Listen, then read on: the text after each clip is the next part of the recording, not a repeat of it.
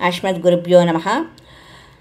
సృష్టి రచనకు సంబంధించి అథర్వణ వేదంలో చెప్పబడిన కాండం 4 అనువాకం 1 మంత్రం 6. నూనం తదన్య కావ్యో హినోతి మహో దేవస్య పూర్వస్య ధామం ఏష జజ్ఞే బహుభిః సాకమిత్తా పూర్వే అర్ధే విషితే వసన్ ను. నూనం తత్ అస్య కావ్యః మహః దేవస్య పూర్వస్య ధామ్ హినోతి పూర్వే విషితే ఏష జజ్ఞే బహుభిః సాకం ఇత్త అర్తే ససన్ ను. నూనం నిస్సందేహంగా, తత్ ఆ పూర్ణ పరమేశ్వర్ అనగా బ్రహ్మయే, అస్య ఈ కావ్య భక్త ఆత్మ ఏదైతే పూర్ణ పరమేశ్వరుడి భక్తి విధి ప్రకారం చేస్తుందో దానిని తిరిగి మహః సర్వశక్తిశాలి దేవస్య పరమేశ్వరి యొక్క పూర్వస్య మొదట గల దాం లోకంలో అనగా సత్యలోకంలో హినోతి పంపిస్తాడు.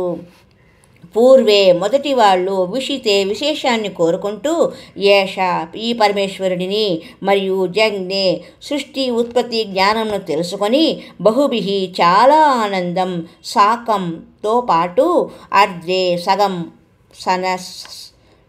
నసన్ నిద్రించినవాడే ఇత్త విధి ప్రకారం ఈ విధంగా నిజమైన ఆత్మతో స్తుతి చేస్తాడు. ఆ పూర్ణ పరమేశ్వరుడు సత్య సాధన చేయనటువంటి సాధకుడిని అదే పూర్వపు స్థానానికి అనగా సత్యలోకానికి తీసుకుపోతాడు. ఎక్కడి నుండి అయితే వేరుపడి వచ్చామో అక్కడ వాస్తవ సుఖదాయి ప్రభుని ప్రాప్తింప చేసుకొని సంతోషంతో ఆత్మ పరవశించి అత్యుత్త ఉత్సాహంతో స్తుతి చేస్తుంది. ఏమంటే, హే పరమాత్మ, అసంఖ్య జన్మల నుండి మర్చిపోయి తిరుగుతున్న వాళ్ళకి వాస్తవిక స్థానం దొరికింది. ఈ ప్రమాణం పవిత్ర ఋగ్వేద మండలం 10 సూక్తం 90 మండలం 10 సూక్తం 90 పవిత్ర మంత్రం 16లో కూడా ఈ మాటనే ప్రస్తావించబడింది. ఋగ్వేదంలో ఆత్మలు భగవంతుడిని దర్శించుకున్నప్పుడు అతి ఉత్సాహంతో ప్రార్థిస్తాయంట, ఆ సామిత సంతోషంతో. ఆ విషయమే ఋగ్వేదంలో కూడా వివరింపబడినది.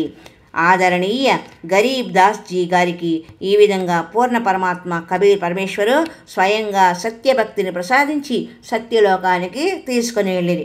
అప్పుడు తన అమృతవాణిలో ఆదరణీయ గరీబ్ దాస్ జీ మహారాజ్ కళ్ళతో చూసి అన్నారు, ఏమని? గరీబ్ అజబ్ నగర్ మే లే గయే హమఖుం సద్గురు ఆన్ జిలకే బింబ అగాధ గతి సుతే చాదర్ తాన్. గరీబ్ అనే భక్తుడు ఇలా భగవంతుడిని చూసిన ఆనందంలో భగవంతుడిని స్తుతి చేస్తాడు అని చెప్పబడింది. మరి యొక్క సంచికలో మనం అథర్వణ వేదంలో చెప్పబడిన సృష్టి రచన వేద ప్రమాణ సహితంగా తెలుసుకునే ప్రయత్నం చేద్దాం. హరి ఓం తత్సత్.